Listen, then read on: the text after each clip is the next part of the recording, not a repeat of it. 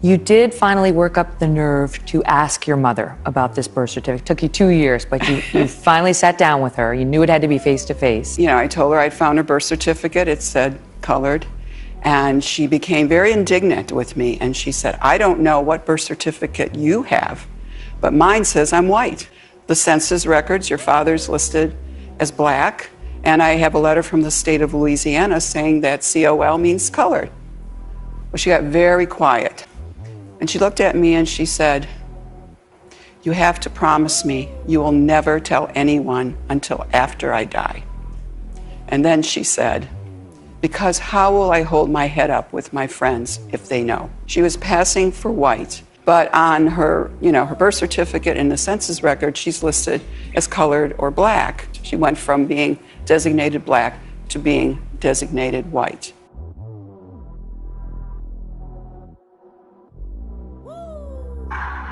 I want every white person in this room who would be happy to be treated as this society in general treats our citizens, our black citizens. If you, as a white person, would be happy to receive the same treatment that our black citizens do in this society, please stand.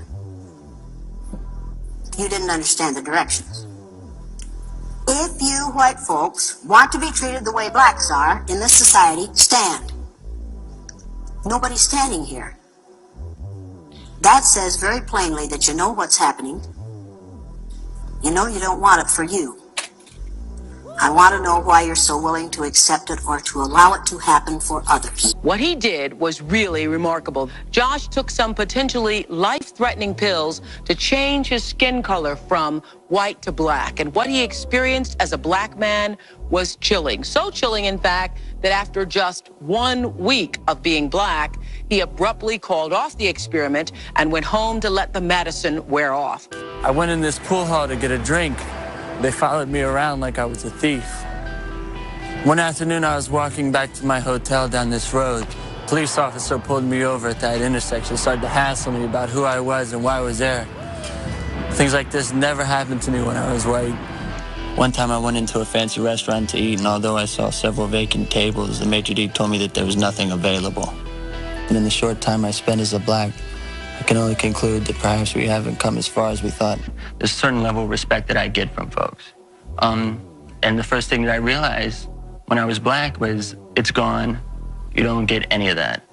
White people get this respect, and black people are constantly trying to prove that they deserve it or are worthy of it.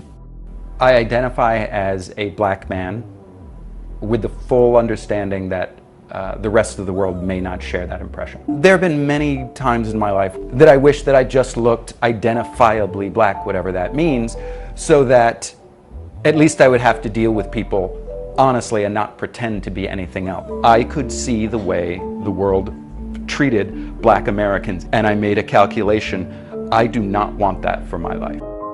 Most people think I'm a white woman, and that is both largely a source of privilege for me, and it's also a source of alienation from people who otherwise I would feel comfortable with and part of a community with.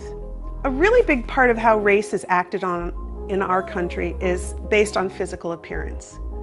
But I don't like him on the fact that he's black. Absolutely not. My personal beliefs and my personal experience, I don't like him. I never have, and I never will. What is it about black people that you don't like? Well, the thing is, based on the experience and the people I've worked with, where I come from, I'm sick and tired of people thinking, specifically I am mentioning black people, thinking we owe them something. Sterling made his thoughts clear about her associations with black people like Magic Johnson. That bothers me a lot if you want to broadcast that you're associating with black people. It says R.F. Chapman raging against his son because he has a black girlfriend. The Inquirer doesn't say how it got this tape, but it is loaded with the N-word and other offensive words. We just want to warn you of that. Here is a brief bit of it. It's not because she's black. It's because we use the word sometimes here. I'm not going to take a chance ever in life of losing everything I've worked for 30 years because some heard us say and turned us into the Inquirer magazine. Our career is over. I'm not taking that chance at all.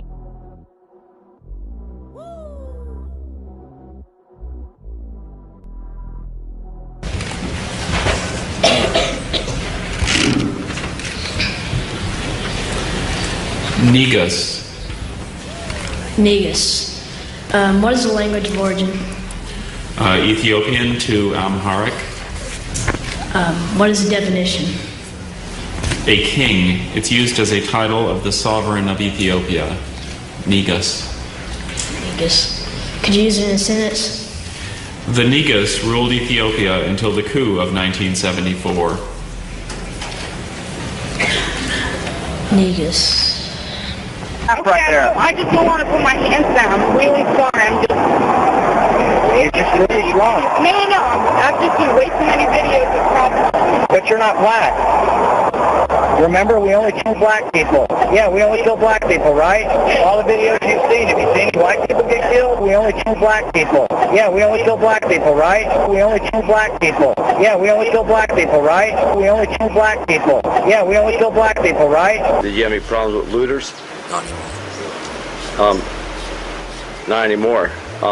But you did. They're all dead. What happened? We shot them. How many people you shoot? 38. It makes me sick. It makes me sick to my stomach to even, you know, hear that guy talking about how many people they shot, killed, and, you know. One man shot in the days after Hurricane Katrina is Donnell Harrington. He shows the scars from a gunshot wound to the back. Harrington says he was in Algiers Point a few days after the storm when a vigilante fired at him with a shotgun. The white militia here was gathering ground. And you have to understand, they look like the Klan without the hats. They were driving around in the back of trucks drunk with guns pointed at black people. Not anybody else, drawing guns on them and shooting people. And you know, when I first got here, the first thing that we did was we covered up this body, this bullet-riddled body over here that you could smell for 2 blocks coming over there. There's another dead body over here that was bullet-riddled. Now, we'd already seen drowned people, but now we're seeing bullet-riddled. So who killed them? I'm not. Do not hurt me. Do not hurt me. You understand? Do not be rough with me. Look at them. Look at them. They're going to beat me up. Don't beat me up, you mother. Don't beat me up. Look at them. Oh my God, I can't believe they're doing this. Oh my God. Hey, look what they're doing. Oh, get to the other side. I'm not listening, asshole. You're being rough with me. You treat me like a black person. You treat me like a black person. You treat me like a black person. You're gonna get sprayed. You're gonna get sprayed. Release your hands. Put it behind your back. You understand me? I've been in situations where, you know, I had to cross the street because I didn't want to scare the white lady that was walking. It would get to the point where I would start to count how many times a woman would clutch her bag. My parents taught me, oh, you know, cops are your friends, you're supposed to, you know, they're here to protect you. But all I'm seeing is the opposite. So how can I not be afraid when I feel like I'm being hunted? My parents would tell me, especially my mom, she would tell me, you have to endure, you have to muscle through it. And this is no different. It's a part of being a person of color.